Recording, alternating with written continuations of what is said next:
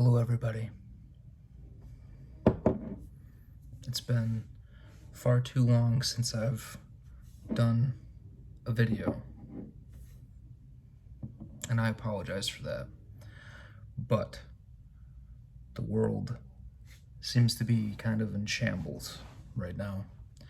And even though there's a lot of injustice and a lot of heartache and a lot of voices that are consistently muted, I'm happy to see that a lot of us are banding together to combat that oppression that is completely unacceptable. And I just wish you all well out there in these very difficult, trying times. And I hope that you're all staying safe. And I hope that you're all contributing to combating this common enemy. That being said, why don't we talk about something that I really, really love. I've got my candle here, whiskey and tobacco. I actually picked this up from Lucky Scent. No, I'm sorry, not Lucky Scent. Fragrance Net. Really lovely candle. It's by Northern Lights. It's pretty authentic.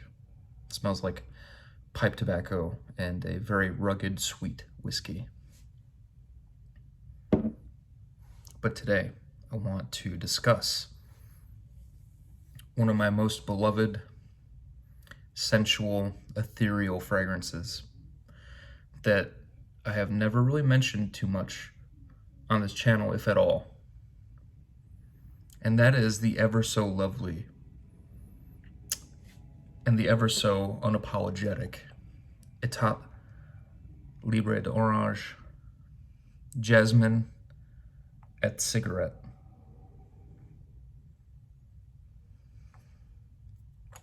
Jasmin et Cigarette.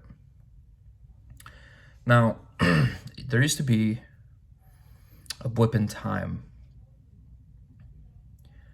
early on in my fragrance journey of discovering niche and whatnot, where I found it to be unacceptable to wear blatant floral fragrances.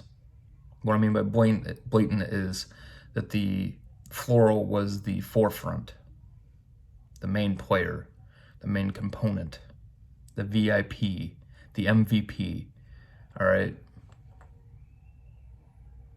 I especially hated Jasmine, and I especially hated Tuberose. Here we are, 9 years later, 9 years, 10 years actually, since I really delved into niche. And I openly have been embracing floral fragrances that have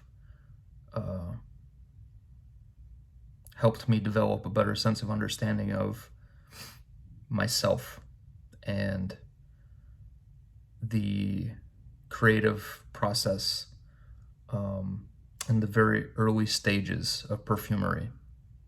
Things like orange blossom, tuberose, gardenia, list goes on, iris. Jasmin et Cigarette, though, when I had first tried it, back when I was about 20 years old, had a absolutely bewitching element to it that I couldn't ignore. It took me a few years to get to it, but I finally purchased a bottle of it. And I found that it's a fragrance that makes me feel complete. I grew up around smokers, I myself smoke on and off. I'll quit for a few months. I'll quit for 6 months. I'll quit. I've even gone so far. I've gone so far as a year without smoking. But I always find myself crawling back to nicotine because I enjoy its aesthetic. I enjoy the head rush. I enjoy the smell of it. Now, there's no denying that there are certain kinds of tobacco products that absolutely reek. But depending on the brand and the kind, full flavor, menthol, whatever, that you're smoking, the smoke can actually be pretty pleasant if there's a nostalgic value to you for cigarette smoke. And that happens to be the case for Jasmin cigarette with me. This was released in 2006. And it is supposed to represent a jeans wearing,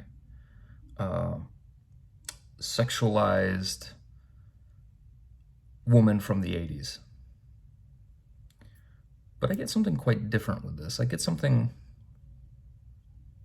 still in the same vein of that freedom that they're really pushing for, and femininity and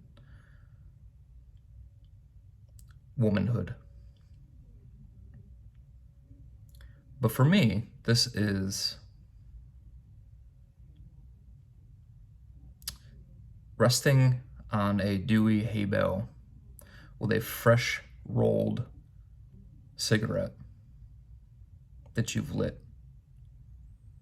And beside you is a full-bodied, fleshy bouquet of jasmine. And there's this wonderful, wonderful note in here. It's kind of like a, almost like a kind of a prune meets apricot fruit quality going on in here. But it's airy, so prune is kind of a sticky smell. But it lends itself to reaching almost peachy territory, which combined with the jasmine just makes it all the more skin-like. So incredibly sensual, mixed with the cigarette smoke, and to me, it just ends up smelling like the remnants of a beautiful woman, or the remnants of having had a wonderful one-night stand, whether you're a man or a woman. And that's really what I get out of it. It's a very cathartic, warming, enriching experience wearing this fragrance. I really have a special place for this particular one because it's one that I kept going back to. I would order something from Lucky Scent and request a sample of this time and time again, wondering why I was so in love with this fragrance. What drove me to being so allured to this kind of scent pyramid, and why I felt so connected, and ultimately almost a sense of nostalgia whenever I wore it. Like I knew it. I already knew this before I'd even tried it. And it's a very rare occasion that I connect with a fragrance that easily, that quickly, and sort of know the story that it's trying to tell me without having worn it more than, a dozen times. And I find that experience to be something that I don't ever want to take for granted. So Now, as I've gotten older, when I experience that, whether if I've only smelled it one time or not, if I make that connection emotionally, I buy it instantly because I find that it's so far and few between.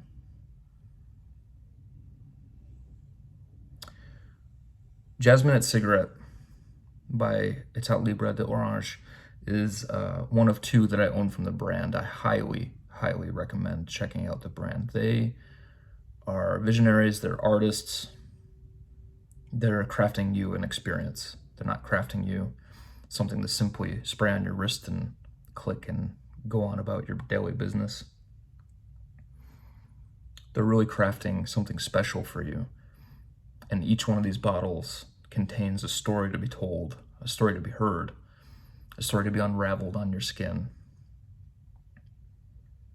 And I have nothing but the utmost respect for the brand for taking that approach with their perfumes. Jasmin cigarette is it's a quiet fragrance. It lasts about 6 to 7 hours on my skin.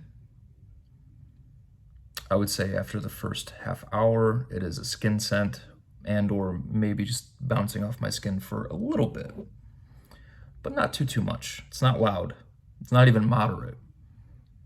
It's personal. It's intimate. It's simplistic. It's linear. And it's beautiful for all those components that I've used to describe the fragrance. I personally feel like I am placed in the 1920s or the 1930s when I wear this fragrance. I don't really get the 1980s out of it, but of course that's all a personal experience anyways. The visuals that we see when we smell certain things. But for me, this is the 1920s, 1930s, and aristocratic, posh, wealthy, but still sensual, sexual, adventurous, confident. And I simply love the fragrance for all those reasons that I've just listed. For me, this is not just a perfume, it's a staple for me. It's story I will forever hold close, and will cherish every single second that I get to spend when I wear this on the few occasions that I do throughout the year. This is not a compliment getter in the sense of let's spray on some commercial fragrance and hope for the best. This is you own who you are, you love who you are, and you're free. I hope that you all have enjoyed. Please let me know down in the comments below which Etat Libre de Orange fragrance is your favorite. I hope you all are staying healthy and well, and I hope to see you all soon. I'll talk to y'all later.